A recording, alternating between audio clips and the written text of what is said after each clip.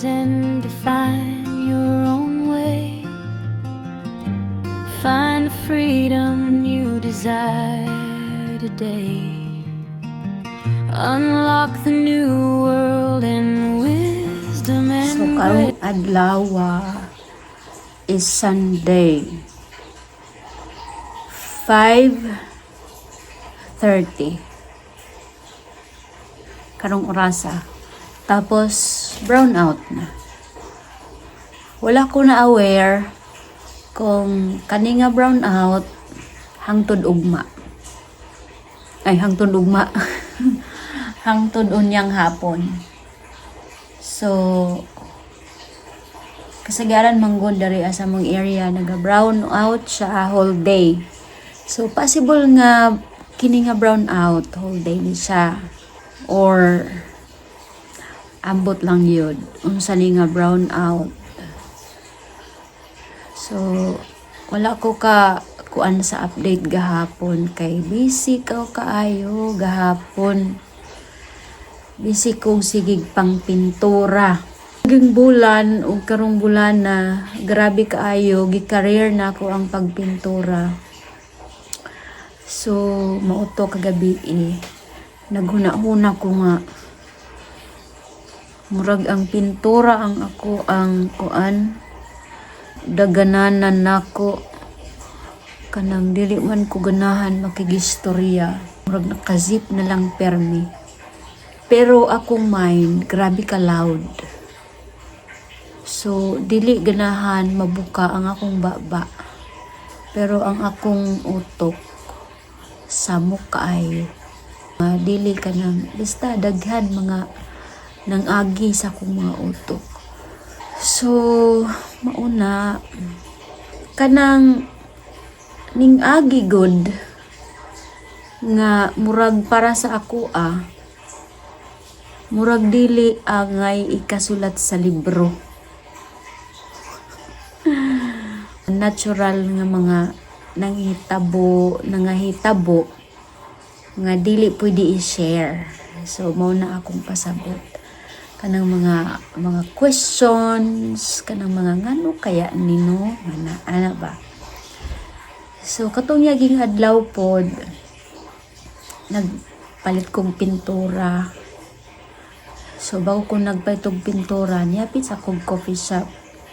So, kato nga time, I allow myself to relax na lang. Kasi, those time, compare, last time nga nag-adto kong coffee shop, nakabuhat kong isa ka libro. So, nakabuhat dan kong outline sa usa ka libro. Then, kato, tapos kato niya ging adlaw, wala lang. So ako lang nakatulala lang, nagkaon, unya gikatawan ang gikaon. Na-enjoy ko sa gikaon kay cheesy man kaayo. Tapos nagkabinat-binat ang cheese. So masya, wala ko gikaon lang na ako, parang walang relax. I don't force myself to think, to write. Kay ang ako ginabuhat kung unsa tong niagi sa akong brain dayon ako gisulat o gibuhatan dayon og storya. So mao na akong ginabuhat nga I don't need to force myself to write kanang kulatahon ang akong sarili para makasulat. Not like before. Kasi nangyari yan talaga nga kanang naguna-una ko kung unsay isulat na ako. Kanang pirmi na lang na ako ginatulak ang akong sarili ba. So, it's been years I've been pushing myself to write. And then, today, it's kinda a part of me kasi I don't need to push myself, I don't need to overstress myself what to write, what chapter I do write. Kasi every time I sat on laptop in the table. Yun, nagsunod-sunod na yung mga idea. So, hindi ako nahihirapan mag-isip. First book ay nahirapan ako. Sa second book, I mean, hindi masyado mahirap sa first book. Pero yung first book ay 12 years bago na-publish. So, yun. Tapos, yung pangalawang book ay I have to push myself that time na isulat, yung dumating na rin ako sa point na exhausted na kasi kung anong idadagdag sa chapter, anong magiging storya o lesson na isi-share ko. But then, habang sinusulat yon, parang nasapawan. So, habang sinusulat yung second book, ay naipublish ko yung pangatlong book. So, yung pangatlo, naging second. Kasi yung pangatlong book is Sad, Mad, Exhausted, Right Anyway. Kasi yung experience na yun ay base sa second book experience na I overthink a lot, exhausted, but I write. So that's why nangyari ito na book ito. Sad, Mad, Exhausted, Right Anyway. So lahat ng mga book na sinusulat ko, it's based on my experience talaga. And then hopefully, meron ng fourth book, fifth, meron na. And fifth, yes. And now, I am working on sa ika-8. I mean, 7. Gulo ah. So, fifth na, yung tatlong na-publish at dalawa yung naka-line up. So, dalawa yung waiting list na sa publishing. At the moment, dalawa yung sabay na sinulat ko. So, dalawa. Yan. So, madami na pala. It's situational. Kasi nung last time napunta ako sa coffee shop, nakagawa ako ng outline ng isang libro. Tapos, last day ay hindi. Wala lang. So, it's situational lang talaga. And, yun. So, now, I don't need to push myself. Pag sinabi kong tatapusin ko within this week, then tatapusin ko talaga. So, ang ginagawa ko kasi ay ewan ko kung makaka-relate lang kayo dito. Siguro ang makaka-relate lang is yung gusto magsulat o yung nasa sitwasyon na nagsusulat. Kasi ako as an author, writer,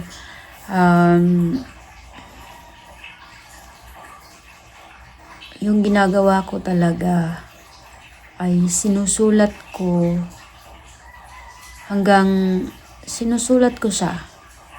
Kumbaga sa ngayon at the moment hindi ko na-feel yung pressure, basta gusto kong tapusin at natatapos naman. So yung technique ko dito, after 2 beses ko basahin yung mga grammar, kapag matapos ang 2 beses, iwan ko muna. So ilagay ko siya sa waiting list, tapos gagawa ako ng bagong aklat. At kapag natapos ko yung bagong aklat na sinulat ko, babalikan ko yung natapos na para basahin ulit. At kapag nabasa ko na ulit, na-correctionan ko na kung may nakitang yun, it's time to publish na. Kasi, bakit ginagawa ko yun? Kasi may tendency na kahit 2 beses ko na tiningnan, hindi pa rin maiiwasan na may error. Diba? So, yun ang technique ko. So, makikita mo lang yan kapag binalikan mo lang ulit sa matagal na oras. So, ganun yung technique ko. So, ayun lang. Madilim pa rin dito kahit alas 6 na. So, walang ilaw ngayon. Siguro naman whole day dahil Sunday. At ngayong araw, nakatakda na magpintura ako. So, may ginagawa akong... So, pinupinturahan ko kasi yung kusina. Tapos ngayon, brown out pa naman. Siguro mamaya mga 7. 7 ay magpipintura na ako. Hayag na. Actually, parang sira na yung brush ko. Iisip ko na baka punta na lang muna ako sa coffee shop. Tapos bili ng brush pag uwi. At magpintura. So ito dahil brown out ay binilang ko yung coins para ibayad ko doon sa aking hulugan. At after nito, ayan, napunta ako sa coffee shop. Dito na, alam mo, sinubukan ko mag-order ng egg na may bacon, chicken. Sinubukan ko na baka mabago yung panglasa ko. Pero sa moment na to, hindi ko pala talaga kayang kumain ng bacon. Grabe oh, ayan yung reaction. So baka sabihin ng iba na dahil sa pagkain. Pero yung totoo ay hindi talaga ako kumakain ng bacon at egg. Ang egg ay minsan lang. At dahil hindi ko kayang kumain ng bacon, hindi ko talaga pala kaya. So, nag-order ulit ako at finally nakahanap ako ng best food. So, pasta na may sardines at shrimp. So, sobrang sarap niya. 10 out of 10. Grabe yung lasa niya. Yung sauce niya ay pwedeng gawing ulam. Grabe. So, nag-i-enjoy ako.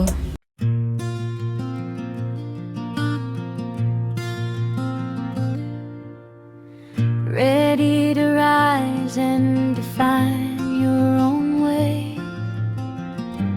Find the freedom you desire today. Unlock the new world in wisdom and grace. Living your purpose, finding your place where vision becomes action, where discipline shapes destiny, where your mindset creates the life you choose. A space for growth, clarity and transformation. A place where you stop doubting and start becoming. No limits, no excuses, just elevation. One decision, one mind is one step at a time. This is your journey. This is your moment. This is your time to rise. This is your journey. This is your moment. This is your time to rise. This is your journey. This is your moment. This is your time to rise. This is the GNC series. This is the GNC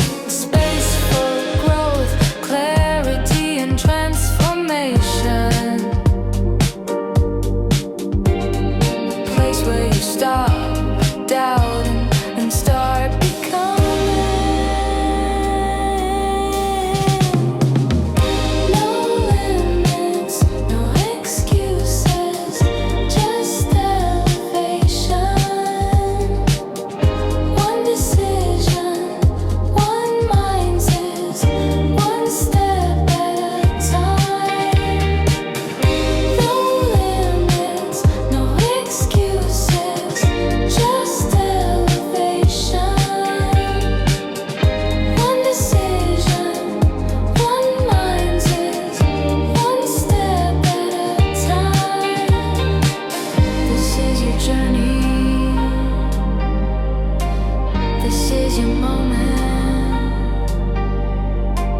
This is your time to rise, to rise, to rise. This is a journey. This is your moment.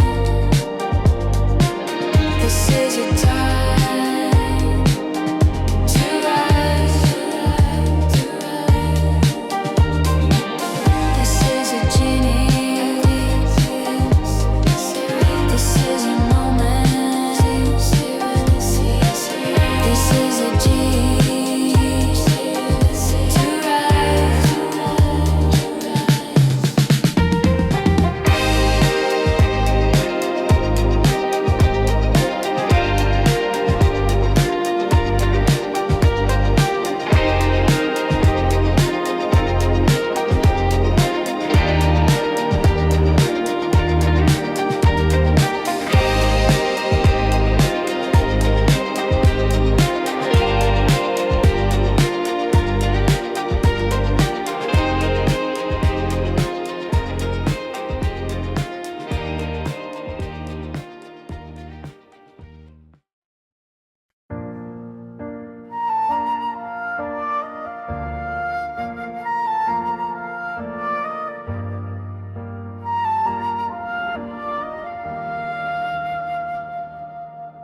There were nights I almost gave up.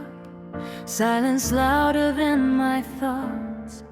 Felt like everything was falling, but I'm still here. I'm still not lost.